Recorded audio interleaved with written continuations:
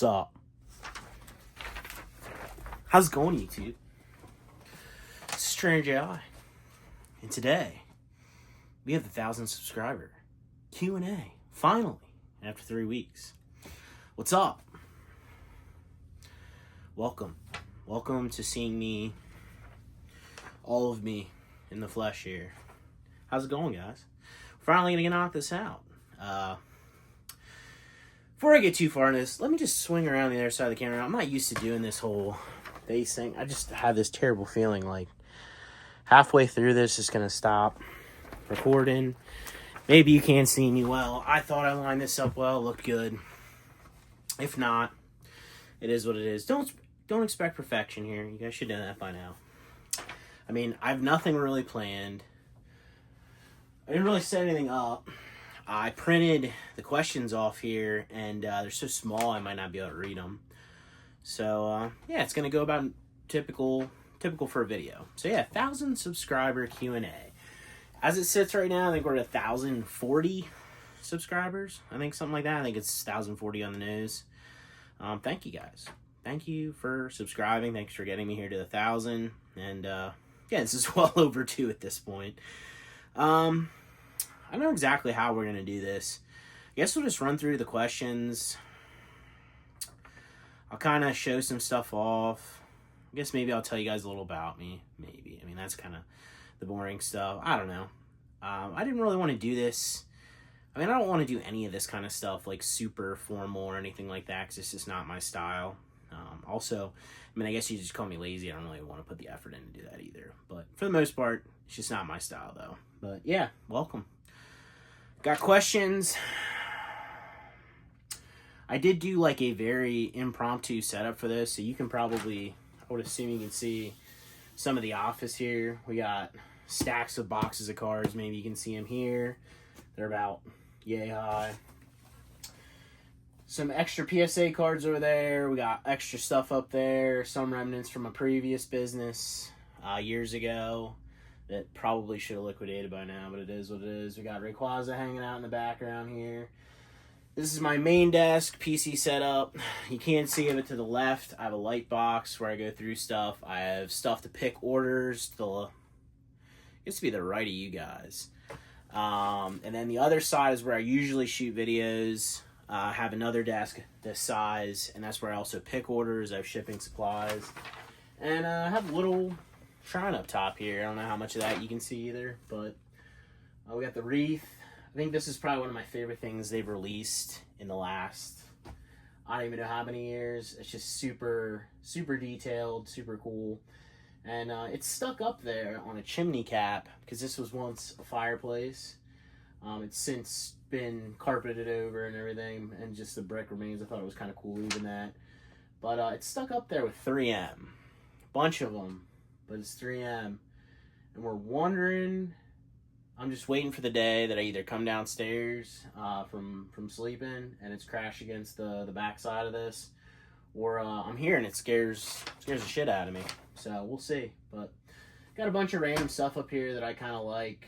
I mean, I guess technically this stuff's in my collection. I don't know how much of this stuff you can see in super detail or anything, but yeah. This is where the magic happens, as some would say. Yeah, over here, scanner, stack of PSA cards that is yet to be listed. They will be getting listed now that I have my PC fixed with the new processor. I'm thankful for that. Not sure if you guys can see over here, but we got, oh, you know what? This would be a good way to start this, as we're like 5 minutes in already. Shh, you don't see anything, you don't hear anything. Just hold on. All right. Yeah, so we just picked this up the other day. It's the Mega Tokyo opening anniversary Pikachu music box. Yeah, I mean, who wouldn't need a music box? It actually, I don't want to drop this thing. It does spin. Oh, God. But, yeah, I don't know. I thought this was super cool. I've wanted one of these for a while. Pokemon Steven found one that was at a really good price. A really good price, actually. It's kind of like a steal, I'm not going to lie. And I I just had to go for it. I'll be completely transparent. I paid like, with shipping, with extra packaging and everything like that, I think like $700-ish. And typically I think these go for, I mean, I think I saw list prices like $2,000, $2,500 on eBay. Now, would it sell for that? Not necessarily, but I think it's worth much more than what I paid. But it really doesn't matter. I just wanted it for the collection. This is something that's going to stick around for a long time. And I mean, listen to the beautiful tune. So, yeah, pretty happy to have that. And like I said, if you can see over here, I picked up the snow globe this year as well. They had some good winter merch in there. And it's gonna look like I'm sponsored by Liquid Death. I wish I was, because I drink plenty of it. We're gonna take a sip of drink here. Tell you guys a little bit about myself, I guess. And then we'll get into the questions. And then we'll just go from there and wing it, so. There we go. I did manage to wear some Pokemon apparel. We got the Levi's collaboration here. I don't know if this was Japan exclusive or not. I bought it from Japan, but like, it's got this heavy embroidered Jigglypuff, Psyduck, Snorlax, Eevee, Gengar, Pikachu, and it's pretty comfy. It's pretty warm. It's winter here, so yeah. A little bit about myself. For those of you who don't know, I am 35. I just turned 35 this year in September. Born in 1989, September 3rd. I've been running a business. I think a lot of people wonder, like, how I got into all this. I originally started, I was about 20-ish years old. I started a motorcycle and ATV parts business, which actually there's, like, you can't see it behind you, but there's some remnants of this stuff still here, because I am going to hopefully reboot this business at some point. But for about 10-ish years, I ran a motorcycle and ATV parts business. I had really good success with that. That is originally what got me into running a business. It taught me how to learn eBay. It taught me all the kind of ups and downs, highs, lows, good things, bad things that come with a business. Learning taxes from the ground floor up. Not only that, but it's so hard now to find an accountant that actually understands the tax code and the current modern business layout, let alone 10 years ago. I remember going to my first accountant and I'm like, I have the money. I'm going to pay a CPA, good money to make sure I get my taxes right so they don't have any issues. So you go in and you lay out everything in front of them, and they're like, we don't know how, to do this. We don't understand this. Is this a business? And it's just like, you know what I mean? It's not very confidence-inducing. You're just kind of like, wow, really? You guys don't know what's going on, so how am I supposed to know how I'm supposed to do this stuff? So that was a struggle in the beginning, figuring all that out, figuring out how to manage money, especially being a 20-something-year-old living at home with no extra bills, no debt. A lot of highs and lows, ups and downs, things figured out through that business, but it's what brought me into Pokemon. Eventually, it helped me segue into that and be successful and be doing the things that I'm doing now. So I did that for about 10 years. During COVID, things got crazy. Did really well the first 2 years of it because everybody was stuck inside or stuck at home, so they were going out doing recreational things, riding motorcycles, so they needed to fix them. Got about 1.5 2 years into COVID, and then supply became a massive issue. I was drop shipping, and I know what you're thinking. Oh, you're a drop shipper. Drop shipping is nowhere near what most people think it is. In fact, a lot of the businesses that you have out there, big box stores, Walmart, etc., technically they're drop shipping a lot of them. A lot of them don't have this inventory on hand, and they're sending it directly from some of the manufacturers. Some of the bigger ones, maybe not quite so much because they have the money and the facilities to hold all the inventory. But basically, when you are running a business, relying on drop shipping, you're taking away the need for a huge brick and mortar or a huge warehouse space, and you're also taking away the need for all the capital needed to hold that inventory. So maybe I'll get into that at another point. It is a business that I'm going to tap back into, and it's also a business that I didn't do just drop shipping. I would sell a lot of stuff that was cheaper for me to ship and sell directly from home. So I was already familiar with the packing, shipping, all that kind of stuff. I've shipped tens of thousands of parts from here as well. But yeah, that business kind of took a tumble when inventory really got scarce. I had a bunch of issues with eBay because I was drop shipping and I couldn't keep my inventory up to date. And then what would happen would be I'd get a strike in my account. And eventually my account went into a position where, not because of any fault of my own, not because of, swindling anyone out of money, anything, everybody always got their parts or got their money back. But because of the way eBay works with their strike system, my account got put into a limp mode where basically I couldn't operate. I'm completely shutting things down after 10 plus years of successfully doing this, until I did a bunch of stuff that I needed to do for them that took about 6 to 9 months, closer to a year before I got the account reinstated.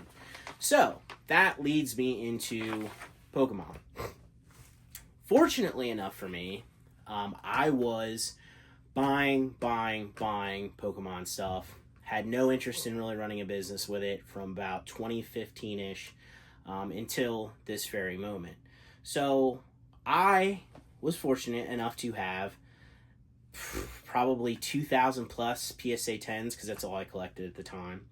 I had thousands and tens of thousands of ungraded cards, both that needed graded and also that were, in condition to sell for singles. And I mean, it's honestly luck. It's luck that I was in the position I was in, business-wise to begin with. I really didn't know where I was going in life, and I fell into the previous business and made it work, made it happen. I'm not saying I didn't work hard to get to where I was, but the way everything kind of fell into place originally, I can't say anything but call it luck. And then to be in a position where, okay, we're in COVID, collectibles are going crazy, and now I'm sitting on a ton of inventory that is increased exponentially in value. So I sold off a large portion of my collection on PWCC, and this was before PWCC closed down off of eBay, and before they went their separate ways, whatever may have happened there. I sent in, what was it? Probably like 200 to 300-ish of my probably more expensive cards. And the biggest thing that helped me was the fact that a lot of the stuff that I had was Japanese, which Japanese was just really starting to boom. Japanese exclusive stuff, and also stuff that hadn't been seen in a long time on any of these sites or auction sites, especially with grading not being open and inventory being somewhat scarce, artificially scarce because it couldn't be graded and it was tougher to get stuff. So I was lucky enough, and I'll be transparent, the cards that I sent into PWCC cashed out for about 230-ish thousand before eBay fees. Well, technically they're eBay fees, but they're through PWCC. But before PWCC fees, it came out to about $230-ish thousand.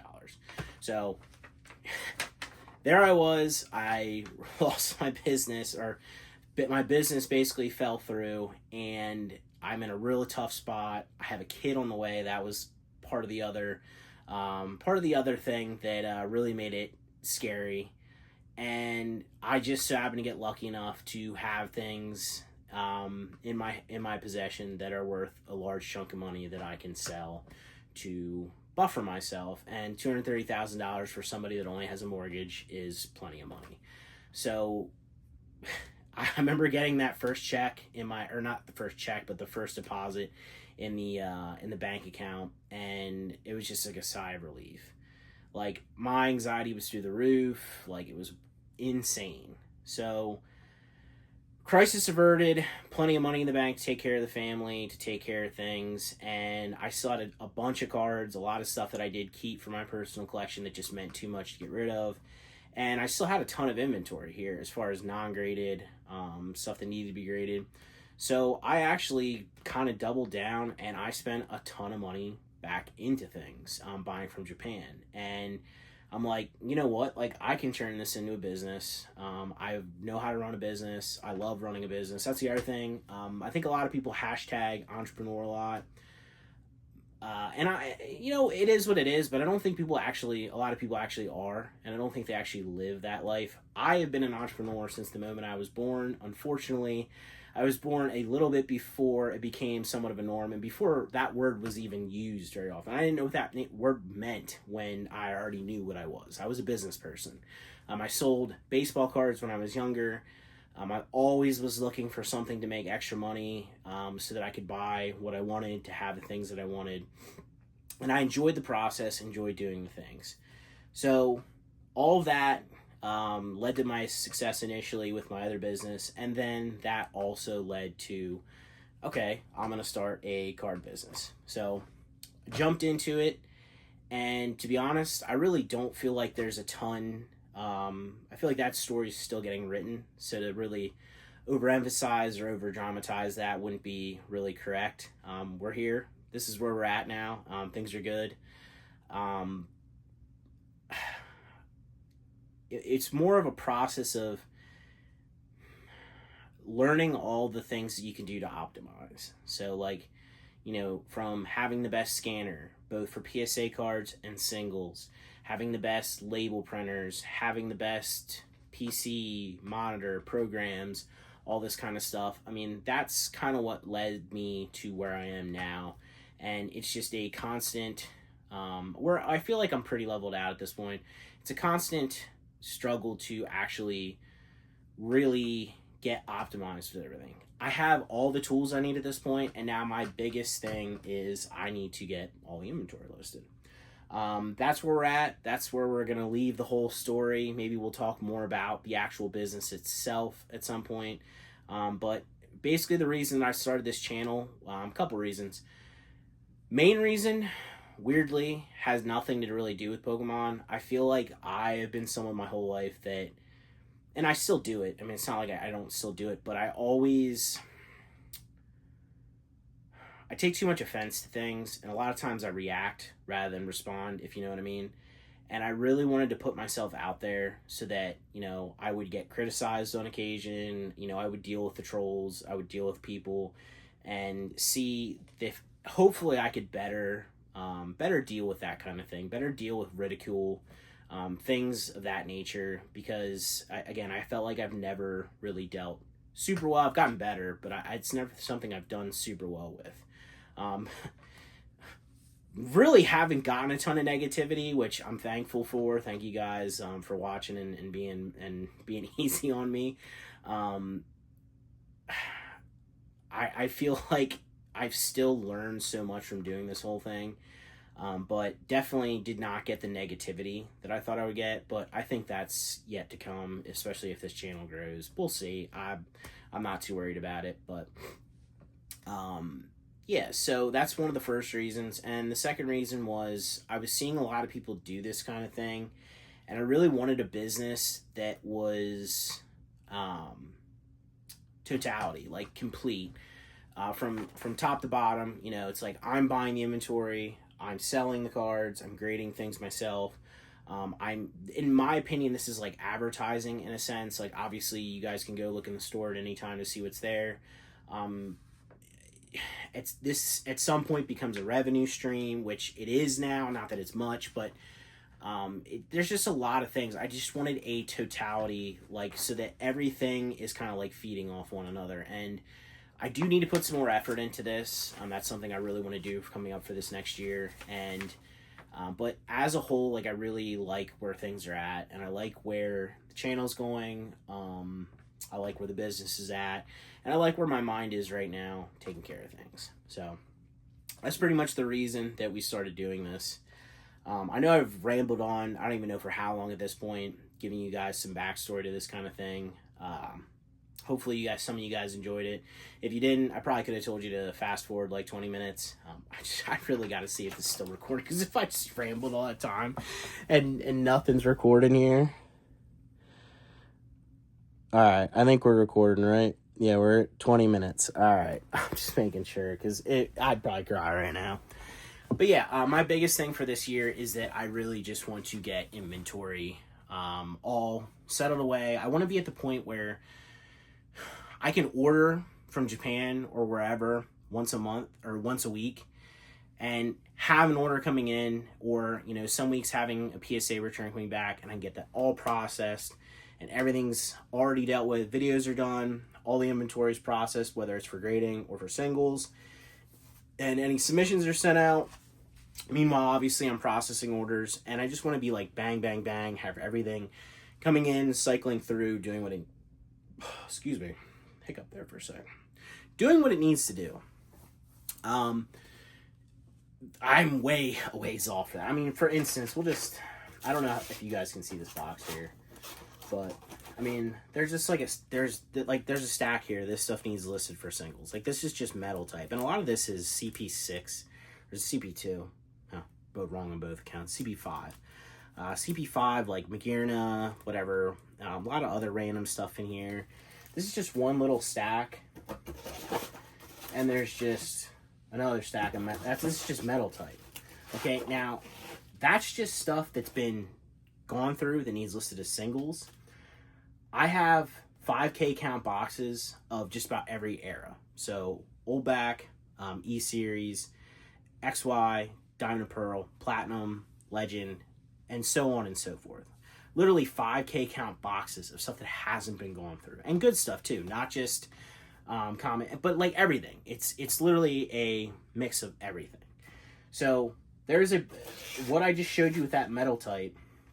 There's the equivalent of that in every single type that needs listed as singles right now. I have 500 plus graded cards that probably need listed yet. I have backstock in these boxes over here. I have English, which I feel bad. I don't know how well you guys can see this stuff. I talk a lot about how I used to collect English. I didn't always just get Japanese. I used to collect English. And just for instance, yeah, actually, I think I got an idea here. Hold up. Ooh, there we go. Like, oh, this is perfect, actually. I mean, it's not very comfortable, but, I mean, we got Trico. We got the Gold Stars here. This feels so lame. We got Shinings, both unlimited and first edition. I mean, I have all this kind of stuff, which, again, this isn't like a flex or a brag. It's just, I'm basically telling you I have a lot of work to do. I have a lot of things that need to get done. And that is where we're at coming into the next year here, which I can't believe we're almost at the end of the year already. All right. So now we know where we're at. Now you guys know how all this stuff works, who I am. Yeah, now we can move on to the Q&A actually part of this. Let me take in there a couple sips of water.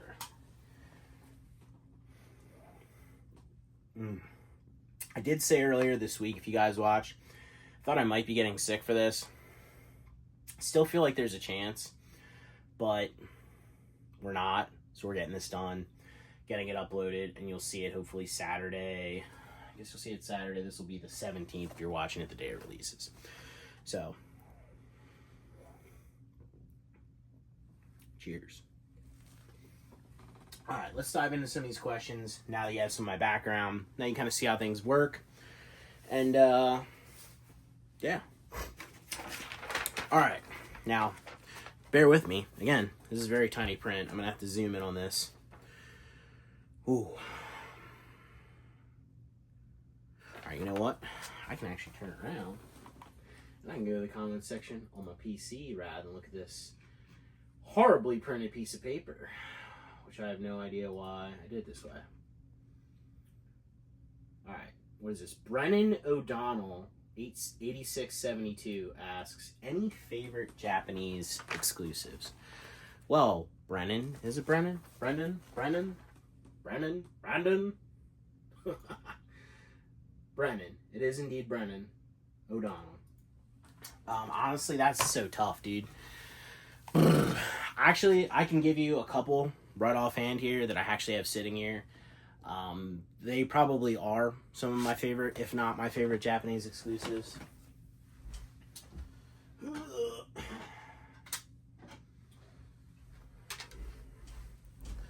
I mean, I probably showed these off before, so you guys are pretty familiar, but we have the 10th anniversary starter trio. And I have the Pikas. They're in a display case.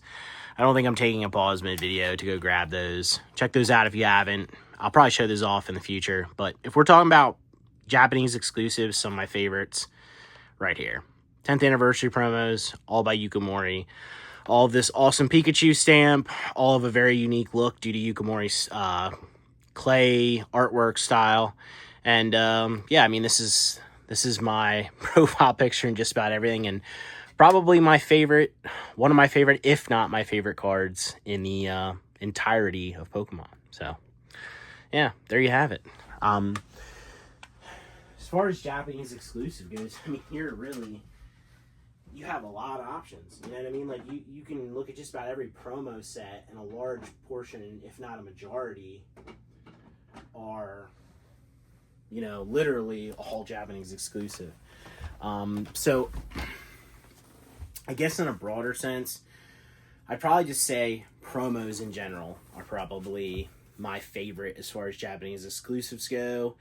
And if I had to pick, those three are definitely way top tier for me. 100%. It really just doesn't get much better than that. So, see if I can read this next name without having to turn around. No, can't do it. We got Rocket Snow. It says it took 1K subscribers for a face reveal. Congrats on the 1K. Thanks, man. Alright, next up we have Manooks. That's what we're going with. Manooks. I like that. Congrats on reaching 1,000 subs. Few questions from me. What's your favorite Pokemon? I mean, come on, man. By the profile picture in YouTube, my profile picture and like everything, and then what you just saw, Bulbasaur. Hands down, will always be Bulbasaur. That was my first starter playing. I'm pretty sure I had blue when I first got the games, and always and forever from out then. The journey, if Bulbasaur was in the game, was to acquire the Bulbasaur. Is your store full-time activity, or you have a job beside? No, I have not had a regular, quote-unquote, regular job, 9 to 5, since I was, well, technically I worked a regular job till I was like 26-ish. I was running the business that I was running, working at a grocery store part-time, and basically the only reason I stayed was because at the time I was making decent money for a part-time. I got to pick my hours, which I came in Monday, Tuesday, Wednesday in the morning for like 6 hours, basically, like 6 to 12. And then I just didn't work the rest of the week, and I would get paid holidays. I had like 401k, like all this kind of crap, and it just didn't make sense to leave. And then at one point, I finally had enough of the place. I may have said some things that I shouldn't have said. Funny enough, like around this time of year. And yeah, I was given the option to be fired or quit after being there for 9 years. So that was my last job. 26 is how it was. So I guess it's been 9 years technically since I've had a regular job. I've never had like an actual full-time job, but I've been working since I was 15, again, until I was 26-ish, I think is when I quit. And then maybe it was sooner than that. Maybe it was like 24, 25. I don't know. Yeah, I guess it was 9 years. And I was 15. 9 years I worked there, almost 10. So I'd have been 24, 25. Probably 25-ish, we'll just say. But, yeah, I do this full-time. I have myself in a position where I don't have a ton of debt, which is huge, especially when you run a volatile business like this. I try not to overspend, over leverage myself.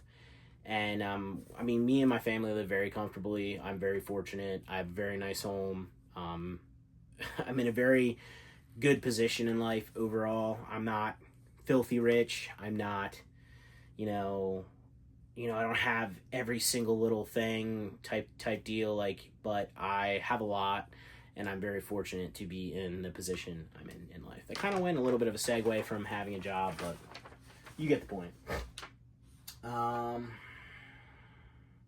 Can you show some of your favorite cards from your collection?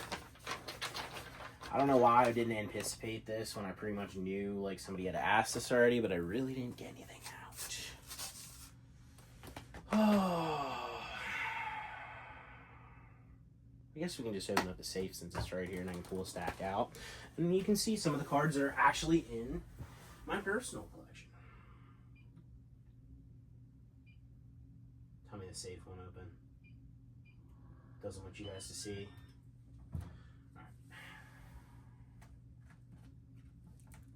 Ooh, alright, we got some Worlds promos here on top.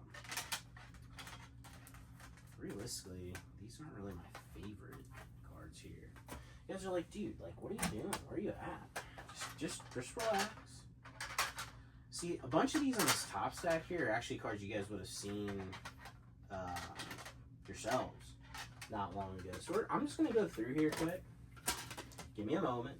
And I'm going to pick out some of my quick faves just from here, and we'll take a real quick peek at them.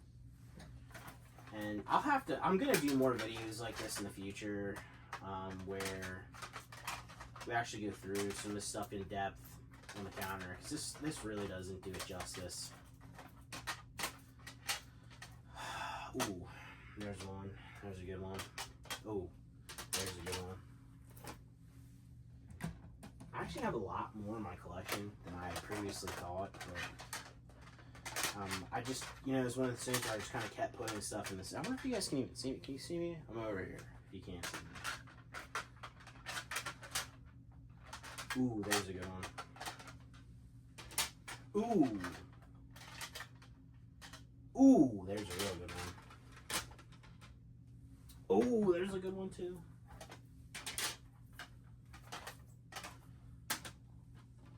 Oh, see, I should have done this beforehand so you guys didn't have to sit there and wait for me. But, I mean, what would the fun and not doing things a little unprofessional be?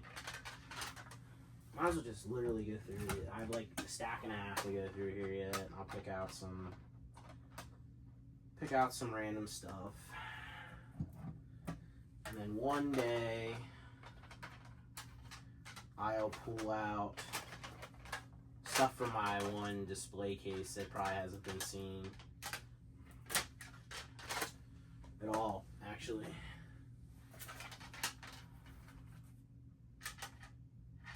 Alright, I think we got it. We got an absolute mess. You know what? I want to be tidy here. So just bear with me. Calm down. I mean, flip ahead. You know what I mean? Go ahead like 2 minutes. Unless you want to listen to me. I mean, if that's the case, then listen to me. But I wouldn't. I personally wouldn't do it. That's just me. I mean, I think that... I don't know what I think, to be honest. Not what I'm going for here. We're just trying to buy time while I put these away, because I don't have to do this later.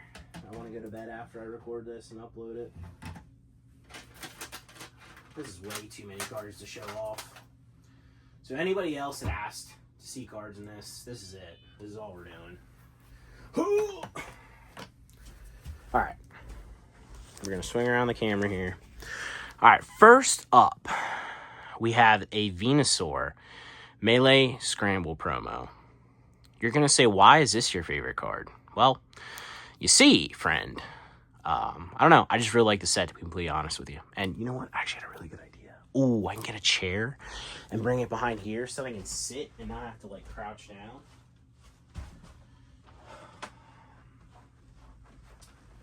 Now, I do have 3 office chairs in here and 2 desks, and then one that's more of a desk to just put stuff on and workstation. Ooh, I actually really like this. All right. But yeah, I really like the set. Check it out if you've never seen it. A lot of unique artwork. Super unique card. And weirdly enough, there's one of these up for sale right now on auction. What is it? Gym Leader Taylor, if you're familiar with them. I saw them put one up for auction in a 10. If you're interested, might still be available. Go check it out. All right, we got Uyama's Pikachu. I mean, it just doesn't get much better than this. I always thought this was a fake card when I first saw it, when I first got into collecting again. And, well, it's not, and it's amazing. This one, some of you've probably seen already. This would have been graded recently. We've got the Ditto Bulbasaur. Again, it's Yukimori. It's Bulbasaur. Well, Ditto in Bulbasaur form. And I don't know, just big fan of it. We have Players Ceremony 2018. Big boy here. This one is, I don't even know. I think the last copy of this sold for like 3,000 or 4,000 or something in a 10. And at one point, I think it sold for like 10. But yeah, I collect all Players Ceremonies and all Worlds promos. And again, I should do a video just on those and break these all out and show you guys. Speaking of Worlds, one of my favorite Worlds promos. Not my favorite, but one of them. We got the 2007 Tidal Wave in a PSA 7. Or excuse me, 2005 in a PSA 7. I was going to say that'd be pretty cool if it was, 2007 and a 7, but it's not. It's 2005, but I really like this one. I don't know exactly what it is. I think it's the pink and the Corsola, the color of the surfboard, the wing. I mean, just everything about it, to be completely honest with you. But yeah.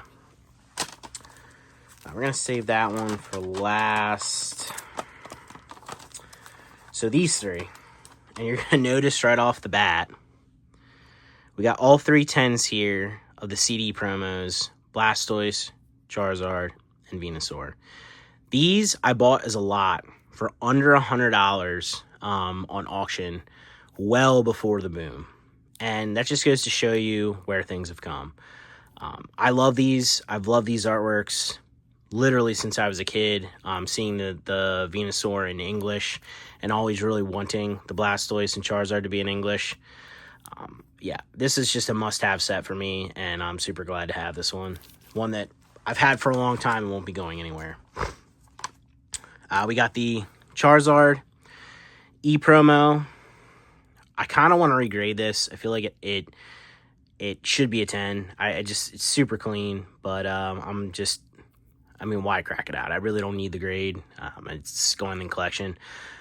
This Charizard, I don't know what it is. I absolutely love it. I'm pretty sure this is Nishida, if I remember right. And yeah, I don't know. I always really liked this one. I remember seeing it in E-Series in non-holo. And when I realized that there was a holo version of it in Japanese, it was just a must. Another real staple in a lot of people's collections, no matter what condition, is the Grand Party. Grand Party, there's just not much else to say. It's like a pseudo prize. There's a ton out there. Price has gone down astronomically from where it was during COVID, but that doesn't mean that it's not still an amazing card. This one took a while for me to get. And price on this has dropped as well, but I think one thing I tell everybody is you can't be mad if you're buying something for your collection and it goes down at some point. If it's for your collection, it really just shouldn't matter. And for me, I probably overpaid for this and from a friend, and I just don't care because it's in my collection. And unless I would get a higher grade or something, it's not going anywhere. We've got the Tropical Wind, TMB. PSA 4, doesn't matter. This is a wonderful, wonderful, amazing, fantastical card. 2 cards here. I haven't finished the set yet. We got 2 PSA 8s of the Warm Pikas. I don't know what it is about these. I think it's like the Christmas vibe. I've always really liked these. And I'd want to complete the set here at some point. It's just a really good vibe to me. And it's something I want to put on display at some point as well when I get all of them. Another thing this reminded me of too, going through that save quick, I feel like it's time to do a little reduction in some of the stuff that's in there that I just threw in there thinking like I want to keep this when it was a spur of the moment thing. I think it's good to keep your stuff in check when it comes to your collection. A lot of times you're kind of like emotion over reality and you throw stuff in the collection that, otherwise you wouldn't have. All right, this next one is pretty interesting. And I don't know if I've ever showed this off before, but I think this puts into perspective a lot of things. So this is a 1982 Topps Traded Cal Ripken Jr. rookie card, PSA 8. When I was little, baseball cards are what got me into cards originally before I jumped into sports, and I was fortunate to have a dad that was big into cards. And this card I bought from him with my allowance that I saved up for over a year because he wanted to teach me the meaning of a dollar. And so this one has a ton of sentimental value to me in a lot of ways, not just with my dad, but just a lot of things of where my collecting journey has come from, who I was when I was younger, where I came from, just a lot of things. This thing has a ton of sentimental value to me, and it's something that will always be in my collection. And weirdly enough, that's an old cert. We actually graded this when I was about 8 years old, I think, 8 or 9. So, what, 25-ish years ago is when this got graded, well before anyone was really grading Pokemon cards. So, yeah, just a cool personal collection piece that's been with me since literally I was a kid. So, there you go. That's some of the collection pieces that I have here. I'm sure some of you guys have seen some of this stuff before. Maybe some of you haven't. Hopefully you guys enjoyed seeing some of my collection. We're going to put that stuff away then. All right. We're still recording, right? We're at 41 minutes. I said I wasn't going to make this very long to myself. And sure enough, that didn't happen. Because we got, well, probably like 8-ish questions yet.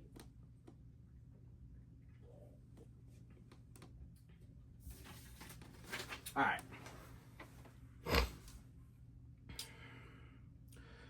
So that was Minux, or well, you know your name, but we got Float MCD 7702 asked a couple questions here. What's your favorite thing about Pokemon? Ooh, that's actually a really good one. I don't know. Like, I mean, it's one of those things where, what if, did they just pick the right time to do something that hadn't been done yet? And if somebody else would have done it before them, you know, we would be talking about that instead. Like, I mean, what if Digimon came out before them and they did what Pokemon did, but with Digimon, would be sitting here like, oh, all 131 Digimon or something, you know what I mean? Like, I don't know, like, I mean, it's really, that's such a hard question to answer. What's your favorite thing about Pokemon? I think, I don't know, honestly, like, I think it's the way the business handles itself, a way Pokemon, the IP, handles it. It's like, literally, it's been their baby since inception, and they've cared about it ever since. They haven't sold out. They've kept a strict code on the way they do things. You know, there's something for the player base, the collectors, young, old. I mean, the sprites are just phenomenal. I mean, I don't know. I mean, there's just so many things that I think they've done right and that really kind of keep everybody attached to it. I think the games were originally what drew everybody in. You know, the cards were a massive part of holding on to everybody, and then everything that's kind of come after that is, I mean, just stems from that original seed they planted. That's a tough question, though, seriously.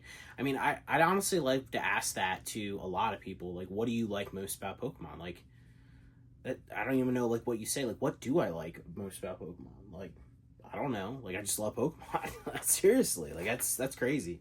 It seems like such a simple question, but wow. So, yeah, deep one there. I mean, you heard me respond to it, Float, so what's your favorite thing about Pokemon?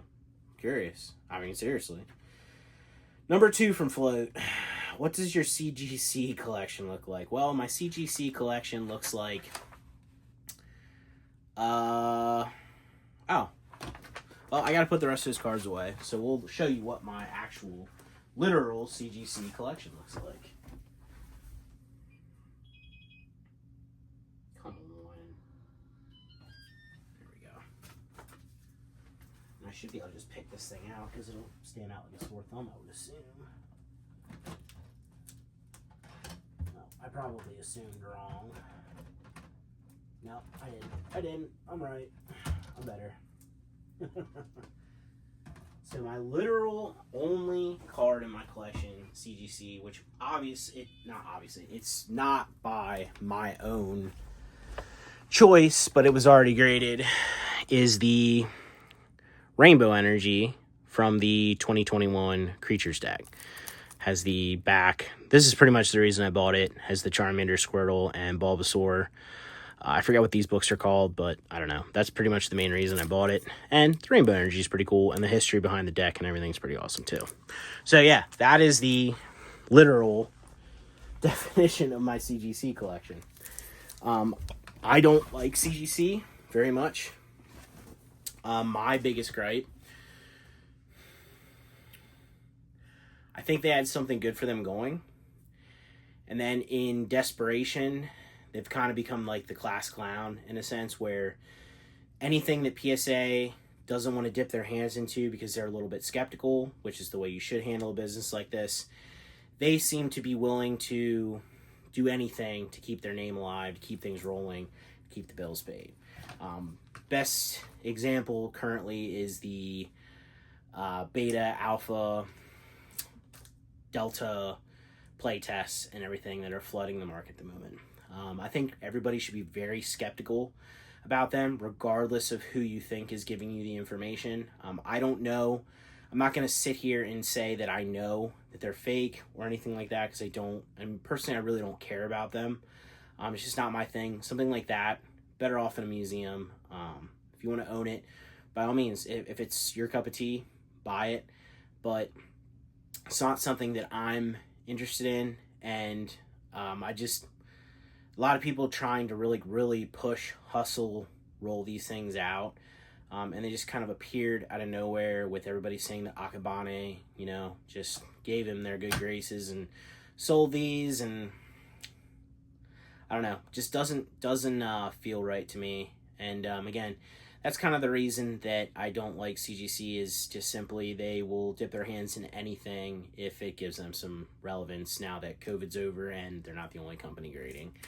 Do I like their cases? Yes. I think their cases are great. Do I like the way they hold up? No. If you don't have one in this and you move these around at all, they get scuffed, scratched, fingerprints so easy compared to the frosted cases from PSA.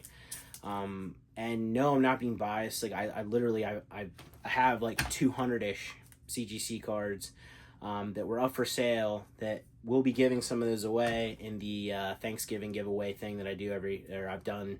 This will be the second year now. Details on that coming soon. For CGC, I think they started out hot. They had a great idea. They did well. And then there were some weird things that they did. One of them being they were in E4 Discord. And if I remember right,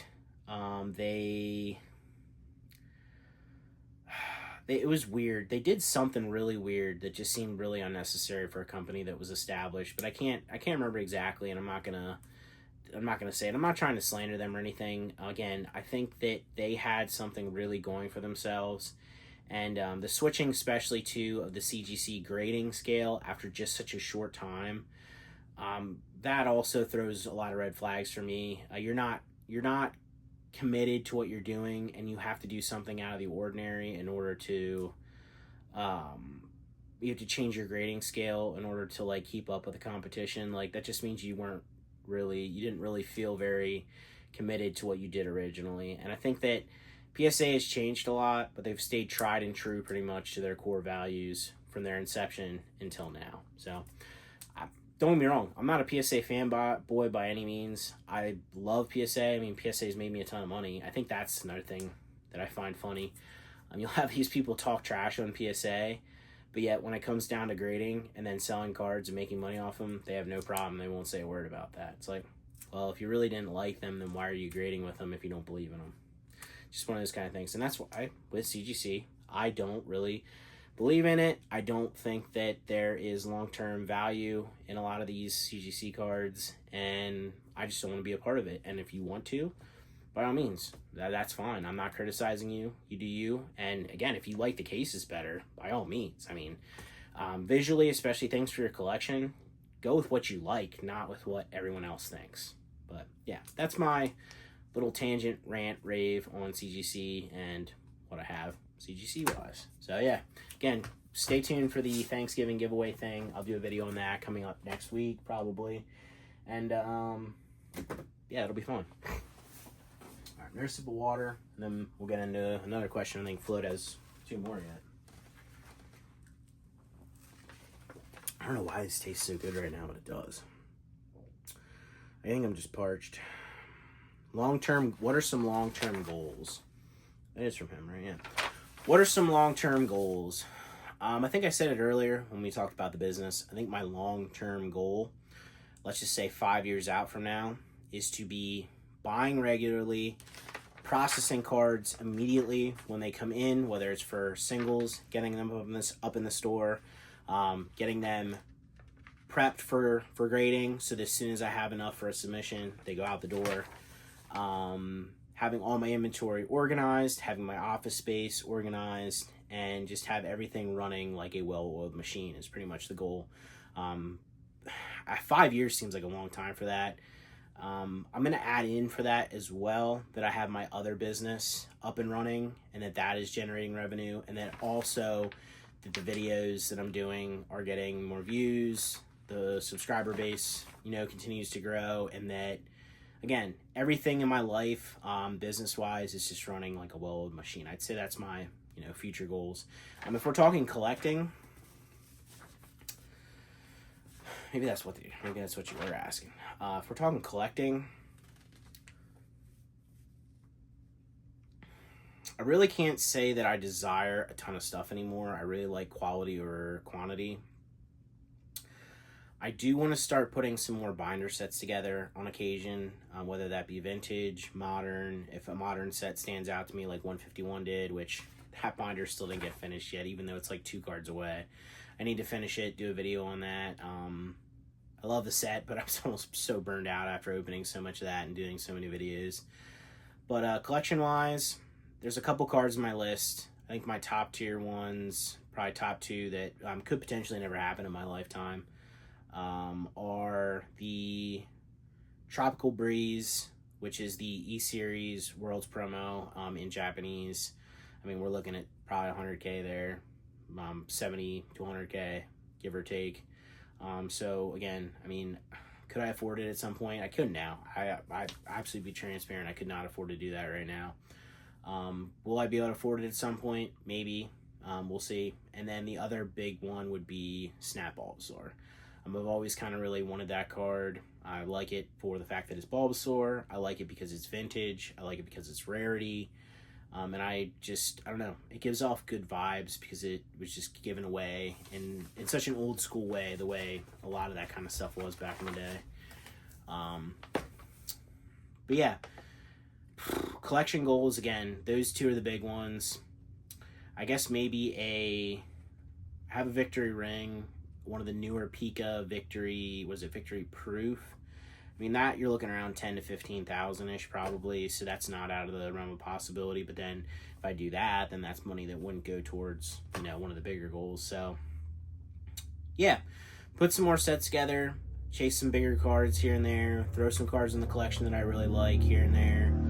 But as far as collecting goes, I'm pretty happy with the way things. Oh, and then continue every year. One thing I do every year is player ceremony, or in this case now it's celebration fanfare, and also the Worlds promo for the year every year. I have every one of them except for obviously the Breeze, and I have all the celebration fanfare or player ceremonies as well. From 18 up, I don't really count the older player ceremonies because I don't think that really has anything to do with it. But if you do, well, tough, because I really don't want those cards. But yeah. Player ceremony and or whatever the prize, participation prize thing or points prize, whatever, I forget how exactly it's released at the end of the season every year, that and the Worlds promo. So yeah, those are about the card goals. So we got business goals, card goals. Hopefully that answers the question. And your last question is, oh, it's not a question. I still think you should get a table and vend. I do want to do it at some point, but to be honest, I don't know if I have the personality for that. I don't know if I have I know I have the people skills, but do I have the desire to be around that many people for that long of a time? I don't know. I'm not Coop. I've talked to Coop about maybe doing a collab vending thing at some point because it would break the ice for me. He knows what he's doing. I don't. But I also know that he's massive at this point. I mean, I have friends that are like, oh, do you know who this Coop Collectibles guy is? And I'm like, yeah, I actually know the guy. And I don't want to interfere with any of his stuff either. Like, I wouldn't want to, go to a thing and then say something or do something that would offend any of his viewers or offend any people or anything like that. So I don't want to mess anything up for him. So to ask him to, vend with him, I mean, yeah, it'd be cool, but I don't want to step anyone's toes or intrude. And I also don't want to look like I'm trying to like get something out of it, viewership wise either, because that wouldn't be the case. So, if he'd ever want to do it, or if anyone like my buddy John Thundermoo, Visor, those guys would ever want to do it, I would definitely do it with them as a collab. But I don't think I'd ever be able to do it solo myself, first time. After that, maybe, but not first time. So we'll see. It's a possibility in the future. Oh man, I have good eyes, and this is still small. Lethal MD, congrats on 1K. What year did you start? All right, we're gonna read it from here so that we don't look like an idiot. There it is again. What year did you start heavily buying and selling Japanese Pokemon cards? I bet you've gotten some great lots from Japan over the years. Also, what is the best lot of cards you've picked up in terms of ROI, or return on investment? What year? I would say the first year that I started buying heavily from Japan, 2016, 17. I guess I could really look at some of my receipts and some of my Gmails, receipts from places. I would say 2016, 2017, something like that. And again, we talked about it earlier. That was when I wasn't selling, so I was just getting all these cards in. I was picking out ones to grade. My basic goal back then was to grade anything and everything, and if it like that I bought, and to have one copy in PSA 10 in the collection. So that's where things got out of hand, but also did well for me when I needed money. So, but yeah, so 2016-17 is when I really started buying, and I was buying pretty heavily. And then obviously things were way cheaper back then too. And then 2021 is when I really started selling. And so we're in 24. 22 is my first full year of actual, like, I'm a business. And 23, and now we're in 24. So this is my third full year of business. So yeah, 21 was when I first started selling stuff very heavily. 2016-17 is when I first started buying very heavily from Japan. What's the best lot I've ever bought and the best ROI? To be honest, it's not even Japanese. The best lot I've ever bought, and I would still say to this day, this was years and years and years ago when I was buying English to complete sets, and I bought a complete set, or a partial complete set, of Aquapolis, Skyridge and Legendary Collection. And this included the reverses, some of the crystals in the Skyridge set, none of the big hitters like Charizard and everything, but I had bought those already for like super cheap. But the Legendary Collection did include the Charizard. And at the time, for literally probably, I would say about 85% complete with the majority of the hollows and some crystals in the Skyridge, the majority of the big hitter reverse hollows, and all the hollows in the Legendary Collection set, along with, we'll get into this as well, the jumbos as well. We'll get into the rest of this tale here. I paid like $2,000 for the sets. And I remember, even just recently, I graded the Umbreon in a 9 because they were really good condition too. And I sold that for more than what I paid for both sets, or just about something like that. So that kind of puts it in perspective of how well I did on those. Even back then, when stuff was cheaper, that was a crazy deal. I've also gotten other deals too where I bought people's collections. Again, some of the best deals I had where are like as far as ROI were definitely English. And only really, I mean, you could call it based on a setup of, I bought before things blew up in price and before COVID, and then waited to sell when things were pretty much at peak. But yeah, English stuff probably definitely is what I have my best ROI on. The reason I said about the jumbos, I still have the crystal jumbos. The Legendary Collection set came with a full set of jumbos, all in very, very good condition. You could call it near mint mint. Well, I have not seen those in 5, 6, 7 years. My best guess is because of the way I stored them at the time, they were put in the trash and burned as paper trash in my fire pit. It is very sad. It was sad at the time, thinking about the possibility of it. And it's even sadder now, thinking that, they were in very good condition and could have tenned. So, yeah, sad times there with the jumbos. I'm still hopeful that maybe someday I stumble upon them. They're just somewhere random, but the odds at this point are very low. As far as Japanese lots, honestly, Japanese lots are tough, man. Like, you kind of, what you see is what you get type of thing, so nothing really comes as a surprise. I don't think I've ever been super surprised. Like, Pokemon Steven's got a bunch of really good lots, but he's always really willing to spend way more money than what I am, and it works out for him a lot of times. A lot of the stuff of what I buy is from, like, random stores and stuff there. I'm willing to pay a little bit more and get what I want rather than just buying a whole lot where, yeah, it might seem like I'm getting a really good deal, for the cards I got that are good, but what about the rest of it? What about the stuff that isn't as popular and is tougher to sell? So, yeah, as far as Japanese lots, I don't dabble in it a ton, especially now anymore. I buy a lot more from store type thing, but yeah, I can't really recall anything crazy Japan wise. Like, I guess I could. This wasn't from a lot, but it was from a buy from a store. In a buy from a store, I got a Imakuni, if you're familiar with the Koro Koro magazine promo, a couple copies of it, and they had been sitting for a while, and I finally went and, condition scanned them to see if they were worth grading, and lo and behold, one was non-glossy, which is not a normal occurrence for that, meaning that this copy was from the Tropical Mega Battle. I ended up being the first person to have one graded. My copy isn't featured in PSA Magazine, but it is mentioned, I think, if I remember right. I think it mentions that there's only 2 copies currently graded, and that my 6 is the other copy. The one that's shown is the PSA 8 that got graded by another person I know. But I would say it's probably my best ROI because I paid like $2, $3 for the card and a couple $100 to get it graded, along with doing a little bit of the homework for them to authenticate it. And I've been offered $15K on it, and I'm sure 10 to 15 is probably what it's worth. Maybe more to somebody, I don't know.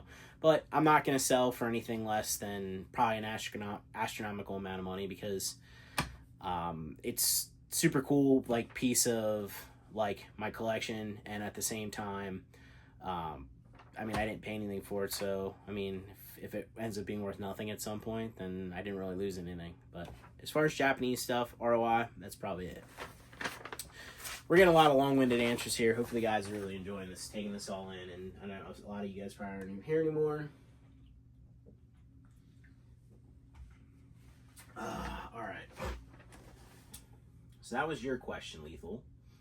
I think we answered it. We have Nexus AK 1829, and it looks like I cut one of your questions off. 2 random questions.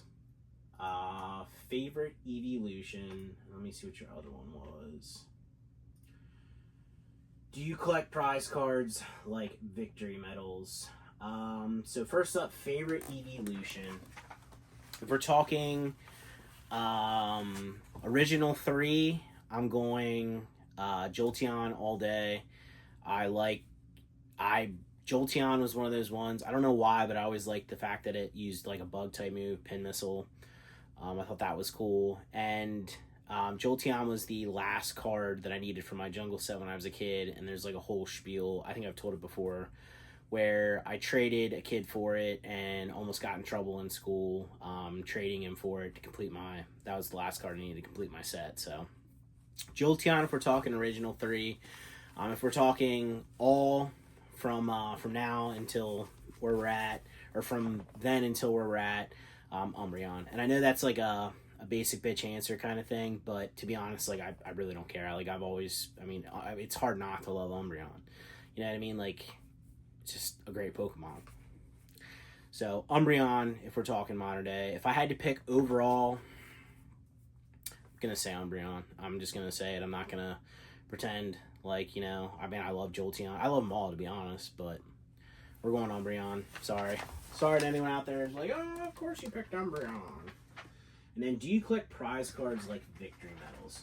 So one set of cards that I do want to put in the collection that I have had before are the victory medals from, what is it, 09, or is it 2010, are the LP medals, gold, silver, bronze. I think they're very unique. They have a really good look to them. They kind of feel like pseudo prizes. As far as if you're talking about like the silver and golds from like 05, 6, 7, and then like the Giratinas, Arceus, Feraligatr, Meganium, Typhlosion ones, I like them. I think they're cool, but it's not something I personally collect. If we're talking like super modern, or like modern, like Victory Ring, like obviously I have a ring right here. I have my 2016 ring, and I do like some of the more modern medals, but yeah, I want to add the LP cups, or victory cups. I want to add the LP victory medals to my collection in the 10s here at some point.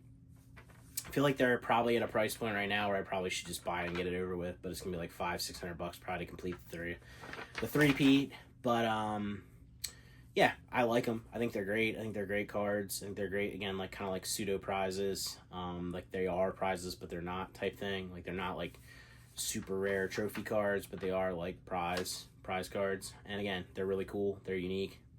And again, in my opinion, I think the LP ones, the, what is it, like 065, 66, 67, is that right? That'd be really nerdy if I actually knew the numbers on that. On the Pika 1 through first place through third place medals, gold, silver, bronze are probably the most unique and the ones that I like the most out of those. So, all right, next question. Raichu Skater 69 says, what is the best way to list and organize your store listing? Thanks for all the videos, they're great. Well, you're welcome. What is the best way to list and organize your store listing? I don't exactly know what you mean there. What is the best way to list and organize your store listing? Listings? If you're talking about organizing them, if you want to go crazy and you want to do, like all the store categories and stuff in your own personal like store on eBay, you could do that. That's what I have done. It does take some time. It also takes some dedication, because when you list something, you have to assign it to the right place. Otherwise, it just gets defaulted. Yeah, if that's what you mean by store listings, I don't know if that's, I'm sorry, I don't know if that's what you meant.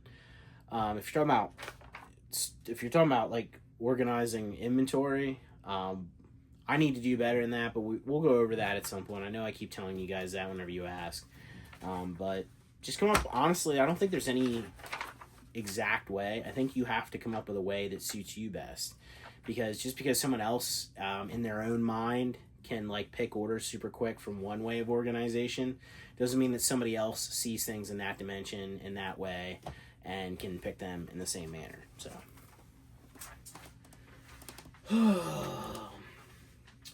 basic question from Cecil or Ciso. Cecil, we're going with Cecil. Basic A question, but what's your favorite Pokemon right now? Bulbasaur, dude. Bulbasaur all day. But if I had to say like a modern Pokemon, let's see. Who would be my modern day? I like Tatsugiri, man. Like Tatsugiri, I think it is. Like the sushi looking Pokemon that has like three-esque forms. I don't know. I don't know what it is about that Pokemon, but I just kind of like it. Oh, let's see here. The dark side X. The dark side X. Yeah. Congrats on 1K. Just a quick question. What's your process in deciding what's a good purchase price wise, especially when you buy cards in all conditions? This is something I talk about a lot in the What Did I Buy series videos, but basically, before we get into this, let me just check if this is running yet. Please be running. You're running. Okay. Oh my god, you guys gonna see me check this throughout this video and be like, this guy's crazy, but like, dude, like I don't like not being able to see the thing run. But I talk about this a lot in my What Did I Buy series videos. When I purchase cards, I want to pay a price that I feel comfortable with, that if I get it and it's in heavily played condition, damaged condition, I wouldn't say that far. Let's just say in moderately played condition to heavily played, that I can still break even selling it and potentially make profit, so that there's runway there for me to make profit. Anything from moderately played up, and then as well if it's gradable. I think that's really important. Sure, you could go out there, you can take all kinds of risks buying from Japan, buying the hottest chase cards, the hottest vintage, the most expensive stuff, but I think until you get really, really, really good at it, the risk-reward factor is just not equal in any way. And at that point, even if you're 50-50, you're not making any money off of it. Now, if you're buying just to potentially grade for yourself, that's not as much of an issue. And then maybe if you're keeping some of the raw cards, it's not as big an issue. But when I buy, I want to feel comfortable paying a price that when I get it, if it's not gradable or it's something I don't want to grade, I can sell it for a break even or a profit no matter what condition it comes in. That's usually what I like to look at things. All right. We're almost done here. We only got about 10 questions. Well, more than 10 questions, but about 10 people that ask questions. Raichu Skater 69 again asks another question. What is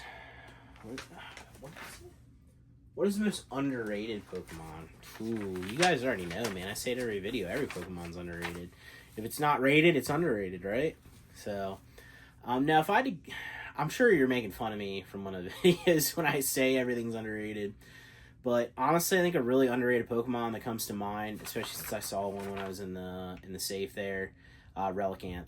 I don't know what it is about that Pokemon. I think it's because it's based on an actual like living fish. I don't know. I think Relicanth's a really good Pokemon, and I have one of the shiny ones from Supreme Victors in English. Is it Bond Stand of Time in Japanese? I can't remember what it is in Japanese. I have one in my collection in 10, but yeah, Relicanth. We're going with Relicanth as a really underrated, really good Pokemon that I personally really like. So, and last but not least, and this person asked this on another one, and I think that they meant to ask it on this, but we got Ern Collects, aka Ernie. This dude's got a way bigger channel than I do because he did this stuff way before. I talk to this dude a lot. Good dude, good solid person. Check him out if you want. Ern Collects, again, is his YouTube. He says, brother, I'm a mega self-conscious about my fingernails too in my videos. He's commenting because if you watch the Monday weekend sales recap in the last one, I realized my fingernails were long before I did. They were clean, but they were long. But he asks, what's your end game with cards? Do you see yourself doing this forever? And any goals you want to accomplish? It's a lot there. So, what's your end game with cards? I can't say there is an end game, to be completely honest with you. No, which I think segues into his other question, right? Do you see yourself doing this forever? Yeah, I love Pokemon, and it's given me so much at this point in my life, both enjoyment-wise, monetarily, people that I've made friendships with. It's just given me so much at this point. I don't ever see myself getting out of Pokemon. Could I see myself really, really cutting my collection down or something at some point and selling out, especially if I ever needed the money again for some reason. Absolutely. I think that's something when you get older, especially when you have a family. And I mean, I talked about it earlier. I already did something similar to this. There's a few pieces of my collection that are like forever keepers that won't go anywhere. Again, unless those would have to be like, I'm sleeping in a box, cardboard box type thing. But yeah, I think when you get older, even though I absolutely love Pokemon, like I always will, I can become detached from all these things that I have that are in my collection very quick if it comes down to my family. My family is everything to me, and they're the most important things in my life. And if I had to offload every single card I had to make sure that my family was okay, in a heartbeat, not even a question. Pokemon's given me a lot more than just tangible things in my life, and I don't need to have things in place of the security that the rest of my family would have by selling everything. So, yeah, would absolutely sell everything if I had to. But as far as endgame goes, yeah, I mean, if I'm on my deathbed, if my son grows up, he's not interested in this stuff at all. I don't even think on my deathbed. I think I would sell before my deathbed, because I think I wouldn't want this to be a cumbersome thing for my family to have to deal with after I passed away. So end game wise, yeah, I mean, no end game in the foreseeable future. But if I don't have anyone that really, if my son doesn't really want to be involved in this, or it doesn't enjoy this, or by then if I have a grandson, he doesn't enjoy this kind of thing, yeah, sell it all, give it to somebody that does enjoy it. I think that's a big thing about selling. You're just passing the torch in a way, you know what I mean? You're passing the torch on to the next person that's gonna keep it and love and cherish it and really appreciate it. And it's better than, you can't take it with you when you're gone. So it's cliche as fuck to say, but seriously, you can't take it with you, so you might as well give it to somebody that can. So yeah, end game wise, that's pretty much where we're at. I don't see myself getting out of this for any reason. Cutting back maybe at some point, sure. Switching over to another business, or maybe even getting a regular job at some point in life. I mean, I'm only 35. That's super young. I have at least 25 years in the workforce, and to be honest, like, I see my dad, he just retired. He's not bored, but it's like he's just all the time looking for things to do. And if you don't have infinite money, you can't just go out and do everything you want to do every single day. You know what I mean? So I think I'll end up being involved in Pokemon some way or another, business-wise, maybe forever. I mean, who knows? We'll be on Gen, 25 by that point, or 20 or something. I don't know. Well, no. What are we on? Are we on Gen 10? We have 10 gens? And it's been out for 25 going on 30 years. So in 30 years, I'll be close to retirement. So we'll be on Gen 20. We'll probably be, Gen 20-ish by the time I retire if Pokemon doesn't die, which, I mean, I can't see it. I mean, it keeps chugging along. It has more popularity than it ever has. So very long-winded, off-topic answer to your question there. But do I have an end game? No, nothing planned. I don't ever plan on leaving this. Maybe again cutting down, but never leaving. And what was the other part of that? Do you see yourself doing this forever? Yeah, pretty much. Being involved in this forever in some way, shape, or form. Yes, unless something in life would prohibit me from doing so.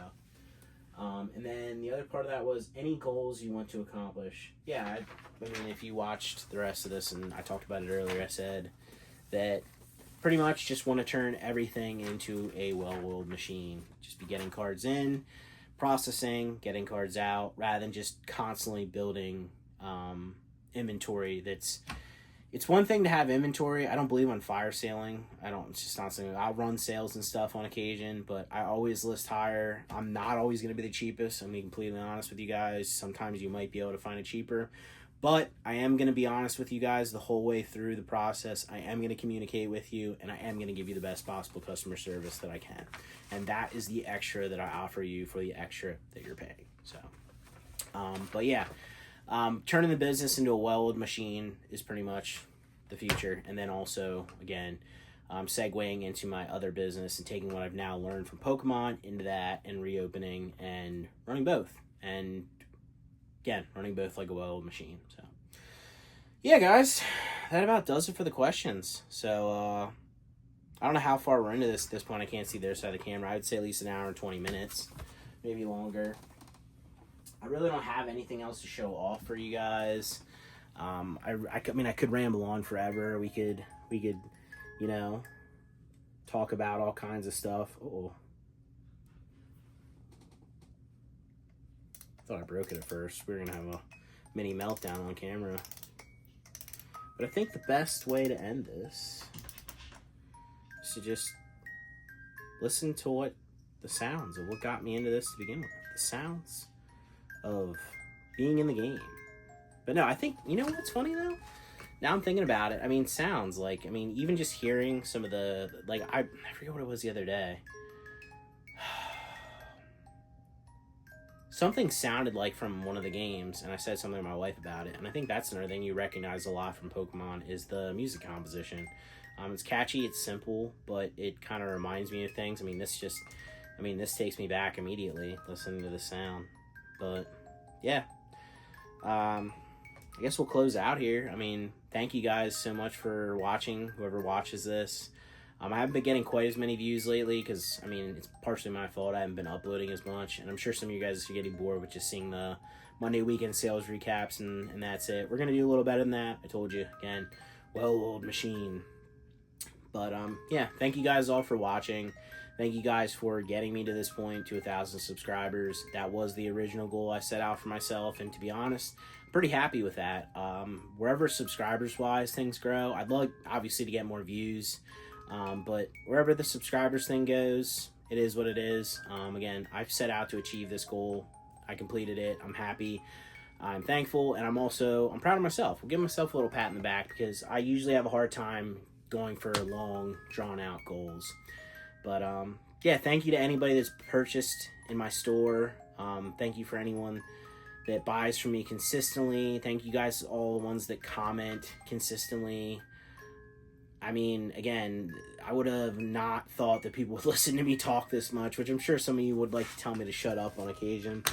But, yeah, I mean, it's been a fun ride for sure, and I'm enjoying doing this as we're closing out on 2024, and I'm excited for my 4th full year in business next year and keep rolling and see what happens, see some of the new cool sets coming out.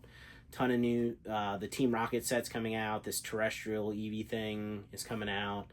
Which you do have some that I pre-ordered from the Pokemon Center. I'll be opening that on camera. Yeah, I'm just excited. I'm excited to see where things go. And again, super thankful for anyone that purchases, anyone that watches, and just all the support that I've gotten from the start of this. So, as always, like, subscribe, comment down below, or don't. But either way, catch you in the next one. Thanks for watching, guys. When I say it, I mean it. I appreciate you.